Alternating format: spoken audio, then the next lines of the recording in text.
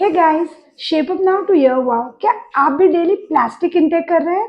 इस वीडियो को एंड तक जरूर देखना, जिसमें आपको पता चलेगा कि आपकी बॉडी में कितना प्लास्टिक जाता है डेली और आप इसको अवॉइड कैसे कर सकते हैं। हम सबको पता है प्लास्टिक में बहुत सारे हार्मफुल केमिकल्स होते हैं, जैसे बीपीए, बीपीएस, थैलेट्स, और ये केमिकल्स आपके फूड, वाटर या ड्रिंक्स में लीच होते हैं अगर प्लास्टिक कंटेनर में लंबे समय तक स्टोर है या हाई टेम्परेचर पे है तो। अब हम प्लास्टिक यूज कहाँ कहाँ करते हैं? आप अगर डेली लाइफ में देखोगे, आप जो पानी पीते हो, मिनरल बॉटल, वो प्लास्टिक कंटेनर्स में होती है। आप चाय कॉफी भी लेते हो, वो प्लास्टिक कंटेनर्स में या स्टाइरोफोम कप्स में होते हैं, which is ultimately made of plastics. आपके किचन में देखो, most of the kitchen wares are plastic. Fridge में हम जो कंटेनर्स रखते हैं वो प्लास्टिक होते हैं। बच्चों के टॉयज हम देखते हैं, वो भी प्लास्टिक होते हैं। In short, maximum 80% of the things what we consume, in fact हम अगर किसी रेस्टोरेंट से फूड ऑर्डर करते हैं तो वो भी प्लास्टिक कंटेनर्स में आता है। तो जब आपका कंटेनर में आप हॉट फूड डालते हैं या आप उसको हीट करते हैं, जैसे कि हम माइक्रोवेव में करते हैं, ये केमिकल्स इजीली लीच हो जाते हैं आपके फूड और ड्रिंक्स में, और वो आपके बॉडी में जाके बहुत ज्यादा हार्मफुल इफेक्ट्स क्रिएट करते हैं। जैसे हमें एग्जाम्पल पता है बीपीए। बीपीए जब हमारे बॉडी में जाता है तो बहुत सारे हार्मफुल इफेक्ट्स देता है। सबसे पहले ये कैंसर कॉजिंग एजेंट है। सेकेंडली आप देखोगे तो पूरा हार्मोनल सिस्टम डिसरप्ट कर देता है। ये एस्ट्रोजन नाम का हार्मोन जो हमारे बॉडी में उसको मिमिक करता है, तो बहुत सारे फ्लक्चुएशंस करना स्टार्ट करता है। आप मेल्स में देखोगे तो स्पर्म क्वालिटी डिक्रीज हो रही है, स्पर्म काउंट डिक्रीज हो रहा है। It is just because of this BPA.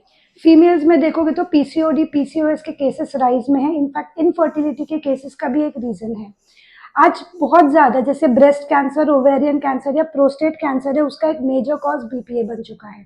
अब बच्चों में देखोगे तो बच्चों के टॉयज या बच्चे कभी प्लास्टिक च्यू करते हैं, so it is very hazardous. सबसे पहले चाइल्डहुड ओबेसिटी जो सबसे बड़ा रिस्क है, राइज है। आप पूरे डेकेड्स में देखोगे तो इस जनरेशन में सबसे ज्यादा ये प्रॉब्लम है। इट कुड बी बिकॉज बच्चे बहुत ज्यादा फूड्स कंज्यूम कर रहे हैं जो प्लास्टिक कंटेनर्स में आ रहे हैं।